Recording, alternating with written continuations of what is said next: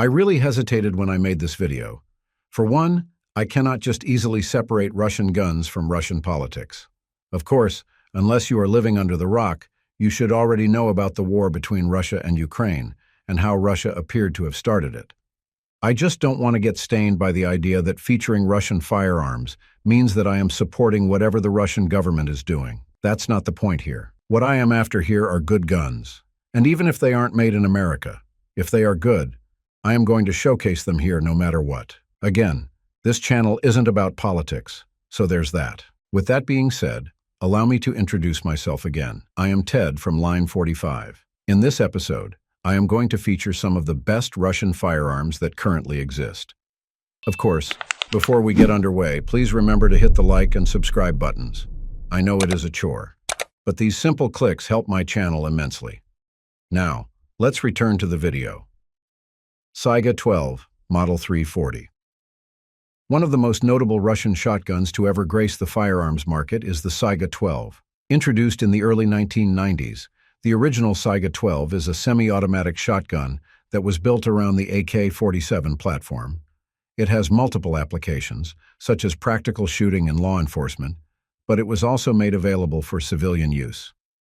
But ever since its development, Kalashnikov has tinkered with the Saiga 12 so that it can be used for competitions and sport shooting.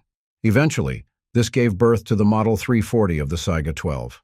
Compared to its predecessor, the receiver of the Model 340 is a lot sturdier, making it an extremely reliable shotgun. Moreover, it has an optimized recharge system, which is objectively faster than the old reload system. It also includes a large flared magazine well, an oversized muzzle brake, and an AR-15 compatible buttstock.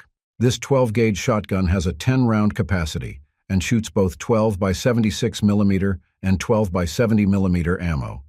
It weighs about 8 pounds, which is in the Goldilocks zone of how heavy a shotgun should be. As you might expect, the Saiga 12 Model 340 has a 16-inch barrel and measures 40.5 inches long. Overall, I could compare the Saiga 12 to the Mossberg 930 SPX, especially in terms of their capacity and modularity. They are almost similar in size, and both shotguns are suitable for tactical and home defense use. But if you are looking for an American counterpart of the Saiga 12, then that would be the KS-12. This one is a reliable and user-friendly shotgun designed for close-quarter combat. It can give you the Saiga experience without actually owning the Saiga 12. PL-15, PL-15K. I really remember the time Kalashnikov touted the PL-15 as one of the top modern 9mm pistols. It has a good accuracy, and its recoil is pretty soft, so I guess there's a merit to this claim. However, one thing we should be aware of is that the PL-15 hasn't been adopted by the Russian army, and I assume that it won't replace the Makarov pistol anytime soon. But by all means, this doesn't mean that the PL-15 sucks. As I mentioned, it's a good handgun, and its intended design and application mirror the Glock 17. It's a compact gun that can be used as a duty sidearm. I also have to note that its striker-fired trigger is better than the Glock 19. It's light and crisp, while its reset is quite short. Of course, I have to highlight that one of the improvements of the PL-15 to the PL-14, which is its predecessor, is the trigger. You see, the PL platform used to have a double-action-only trigger. Well, I am a big fan of the double-action-only trigger, and the thing is, the dowel of the PL-14 wasn't that badly designed. However, a double-action-only is still a double-action-only.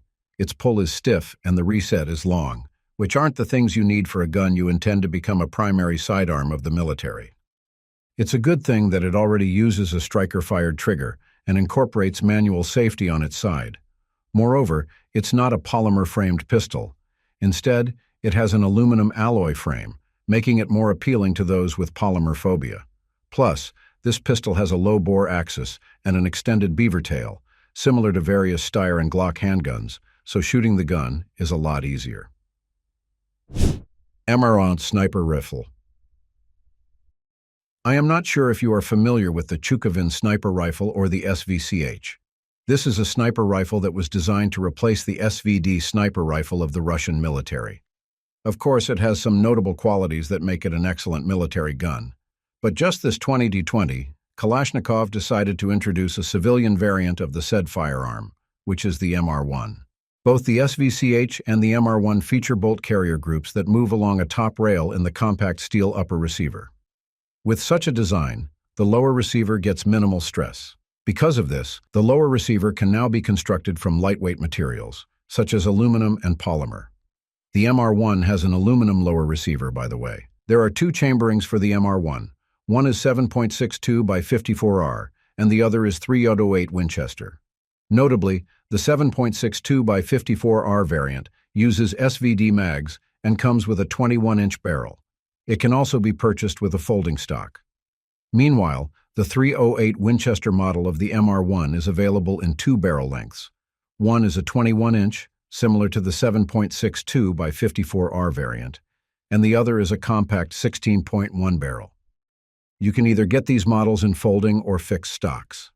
These barrels are lined with chrome, by the way, and they have been threaded for attachments. Both its trigger and gas block are adjustable, and the entire rifle runs on a short-stroke gas piston. It's definitely reliable and accurate, and offers durability to most Russian firearms. AK-19 Compact Carbine.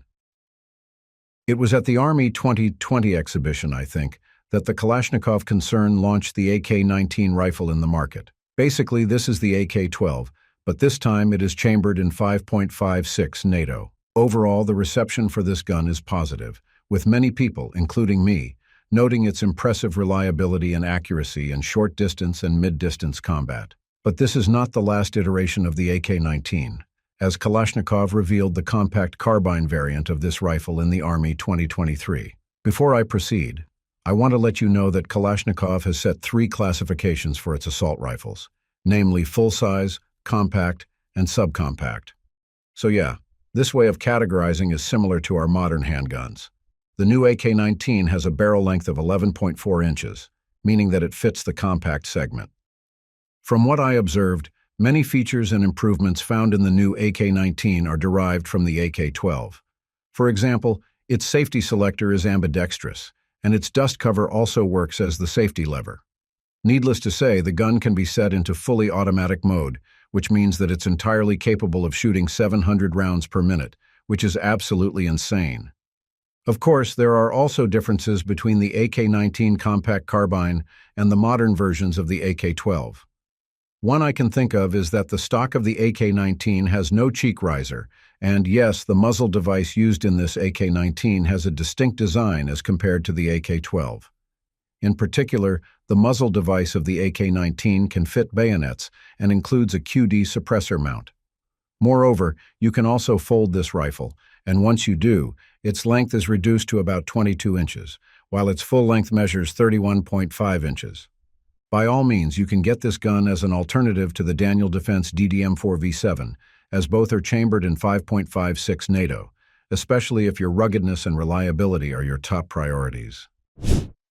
AK-12 Model 2023. I kept on mentioning the AK-12, so it's just right that I include this gun on this list. But ever since it was adopted by the Russian military, there have been a couple of changes that were introduced in the rifle. For example, it ditched the use of an AR-15 type stock. At the same time, it also incorporated a polymer pistol grip. The 2023 model of the AK-12 doesn't veer off from the original AK-12, so Kalashnikov decided that it was not proper to give the gun a new name.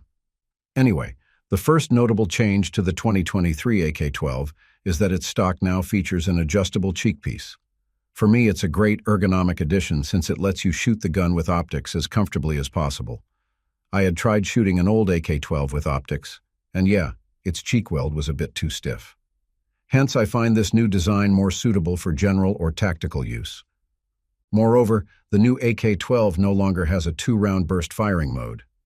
I guess the idea behind the removal of this feature is that its effectiveness in combat is questionable.